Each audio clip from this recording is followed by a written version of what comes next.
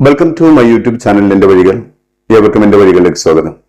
ഇനിയും എന്റെ channel subscribe ചെയ്യാത്തവർ സബ്സ്ക്രൈബ് ചെയ്യുക, എന്റെ വീഡിയോ ഇഷ്ടമായി ലൈക്ക് ചെയ്യുക, തുടർന്നും എന്റെ വീഡിയോകൾ ലഭിക്കുന്നതിന് വേണ്ടി ബെല്ലൈക്കൺ അമർത്തുക. ഇസ്രായേലിന്റെ താണ്ഡവ നടനം സിറിയയിൽ 15 മരണം, 16-ലധികം പേർക്ക് പരിക്ക്. സിറിയൻ സ്റ്റേറ്റ് മീഡിയ ആയ സന റിപ്പോർട്ട് ചെയ്യുന്നത് ഇസ്രായേൽ സിറിയൻ തലസ്ഥാനമായ ഡമാസ്കസിൽ നടത്തിയിരിക്കുന്നത് ഏറ്റവും മാരകമായ ആക്രമണമാണെന്നാണ്. ആക്രമണത്തിൽ 15 പേർ കൊല്ലപ്പെടുകയും 16-ലധികം പേർക്ക് ഗുരുതരമായി പരിക്കേൽക്കുകയും ചെയ്തു. സിറിയൻ തലസ്ഥാനമായ ഡമാസ്കസിലെ നസാനെ ബറൂഡിലെയും ഖുദ്സയിലെയും ജനവാസ മേഖലകളിലാണ് ഇസ്രായേൽ ആക്രമണം നടത്തിയതെന്നാണ്. കൊല്ലപ്പെട്ടവരിൽ നിരവധി സ്ത്രീകളും കുട്ടികളും ഉൾപ്പെടുന്നു.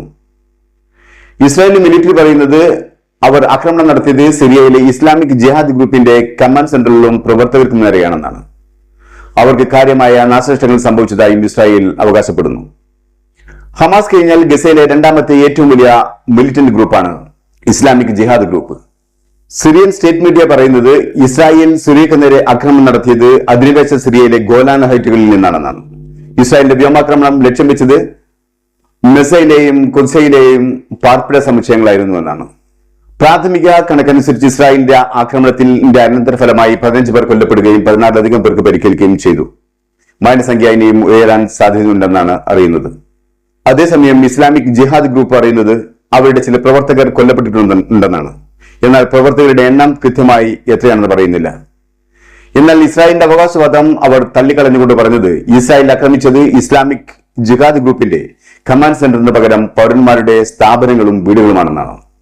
അറബ് ഇസ്ലാമിക് ഉച്ചകോടി കഴിഞ്ഞ് രണ്ടാം നാൾ നടന്ന ഇസ്രായേൽ ആക്രമണത്തെ സിറിയൻ വിദേശകാര്യ മന്ത്രാലയം ശക്തമായി അപലപിച്ചു.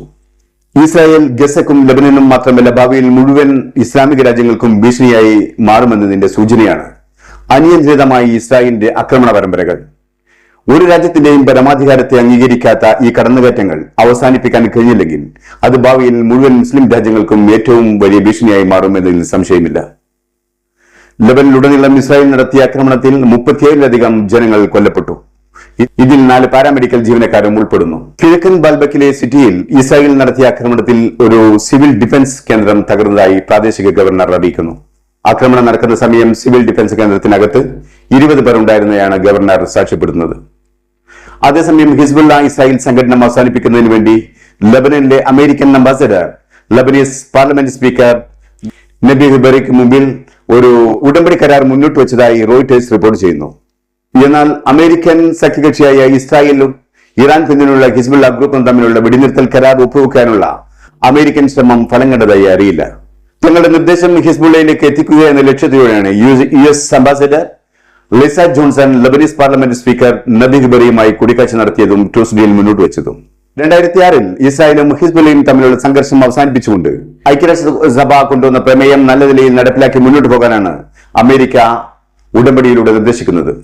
നിലവിലെ സംഘർഷങ്ങൾ അവസാനിപ്പിക്കാൻ ഈ പ്രമേയം അംഗീകരിക്കാൻ ഹിസ്ബുള്ള തയ്യാറാകുമ്പോൾ തന്നെ ഇസ്രായേൽ ഈ ഉടമ്പടിയിൽ ഒരു അവകാശം നിലനിർത്തുന്നുണ്ട്. അത് ഈ സന്ധിയുടെ വ്യവസ്ഥകൾ ലംഘിക്കുകയോ ഹിസ്ബുള്ള ഇസ്രായേലിന് ഭീഷണി ഉയർത്തുകയോ ചെയ്താൽ ഇസ്രായേലിന് ഹിസ്ബുള്ളയുടെ ലക്ഷ്യങ്ങൾ ആക്രമിക്കാനുള്ള അവകാശം ഉണ്ടായിരിക്കുമെന്നതാണ്. ഇസ്രായേലിന്റെ ആവശ്യങ്ങൾ മാത്രം അംഗീകരിക്കുന്ന ഈ ആശയം ബൈറൂത്ത് തിരസ്കരിക്കാനാണ് സാധ്യതയെന്ന് ഉയർന്ന രാഷ്ട്രീയ വൃത്തങ്ങൾ ബൈറൂത്തിൽ അറിയിക്കുന്നു.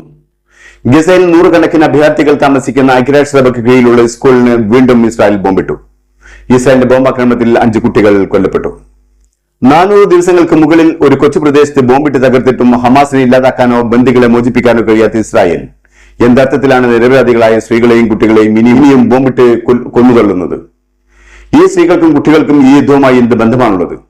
ഉത്തരമില്ലാത്ത വെറും ചോദ്യം മാത്രമായി മാറുകയാണ് ഗസ.